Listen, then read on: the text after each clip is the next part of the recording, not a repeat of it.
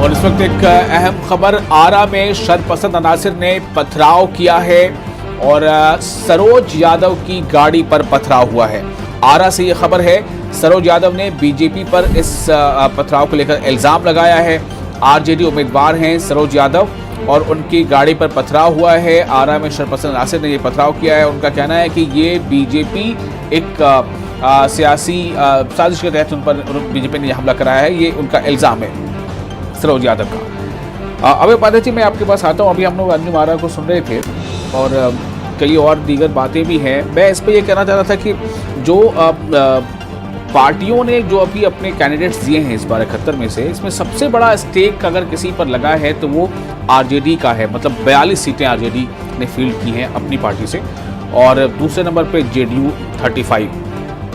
तो इसमें क्या ये माना जाए कि ये आरजेडी और का 42 और ये जेडीयू का 35, यानी कि एक खास तरह का सेगमेंट यहाँ इस फर्स्ट फेज में ज़्यादा हावी है, वोटर का सेगमेंट, जिन्हें लगता है कि इन पार्टियों को कि इन पर ये ज़्यादा कामयाबी। देखिए, जेडीयू और बीजेपी और इस पर तो हम लोग बात लगातार करते रहे हैं। देखिए, इस बातचीत में कांग्रेस छूट जा रही है।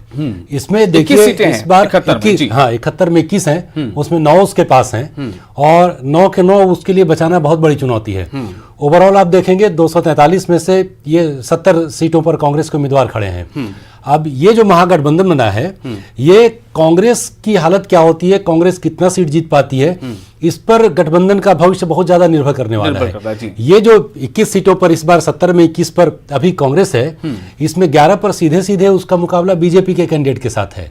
उसके साथ चूंकि 2015 में जेडीयू इनके साथ थी और ये गठबंधन कांग्रेस एक साथ थे जी, तो इसलिए उसमें अब जेडीयू के साथ भी 8 सीटों पर सीधा मुकाबला कांग्रेस का जेडीयू के साथ है, 2 अन्य सीटों पर दूसरे लोगों के साथ है। तो ये बीजेपी और जेडीयू के मुकाबले में, बीजेपी जेडीयू और उधर आरजेडी के मुकाबले की जब हम लोग बात कर रहे हैं, तो ये बहुत ध्यान देने वाली बात है कि कांग्रेस का परफॉर्मेंस कैसा होता है। अगर आप जितने उम्मीदवार खड़े किए थे लास्ट इलेक्शन में और उसकी रिजल्ट को देखिए, तो जो एक स्ट्राइक रेट आप कहते हैं वो तकरीबन 65% था कांग्रेस का, तो 27 सीटें इन लोगों ने जीती थी। अब ये उसके सामने मुश्किल है। इधर पिछले 5 साल में कांग्रेस की अपनी कोई ऐसी अचीवमेंट, कोई उपलब्धि नहीं रही है। उस वक्त ये भी बताते हैं कि अशोक चौधरी ने बहुत जमीन पर काम किया था कांग्रेस के लिए, उस वक्त चूंकि वो कांग्रेस में शामिल थे, और वो अशोक चौधरी अब जेडीयू के साथ है। सवाल देखिए, क्या कई बार आप देखेंगे कि जमीन पर काम किया है, बहुत काम किया है, इसका कोई आप डेटा के फॉर्म में इसको नहीं देख सकते। वो तो जब रिजल्ट पॉजिटिव आ जाता है तो एक एनालिसिस लोग करते हैं, एक अंदाजा लगाते हैं कि शायद ये वजह रही होगी। लेकिन कांग्रेस की स्थिति पिछले 10 सालों में, 15 सालों में हमने देखा है कि बिहार में सुधर नहीं रही है। अलायंस के साथ जाने के बाद, अगर चूंकि उस समय आप जेडीयू आपके साथ आ गई थी, तो आपके वोट परसेंटेज, चूंकि कैंडिडेट पहले भी हमने चर्चा किया, वो इक्वेशन पूरा चेंज हो गया था। अब एक बार फिर से हेड ऑन इनका मुकाबला है सब जगह। बीजेपी के साथ तो होना ही है, जेडीयू के कैंडिडेट्स के साथ भी है। इसलिए ये कांग्रेस का परफॉर्मेंस भी एक डिसाइडिंग फैक्टर होगा इस चुनाव में जी। और कांग्रेस के लिए, चूंकि पिछली बार जब जो पार्टी 27 सीटें जीतती है, वो पहले ही मरहले में अभी 21 सीटों पर खड़ी है, इसलिए ये बहुत अहम है कि क्या अब जब सीधा सीधा मुकाबला उसको जेडीयू से है या बीजेपी के उम्मीदवारों से है, तो ये पता चलेगा कि वाकई कांग्रेस की as a whole, Congress party की एक्सेप्टेबिलिटी ताकत बढ़ रही है, अपनी ताकत, अपनी जड़ें उसकी मजबूत हुई हैं या नहीं हुई हैं। जो कि पिछली बार का मामला अलग था।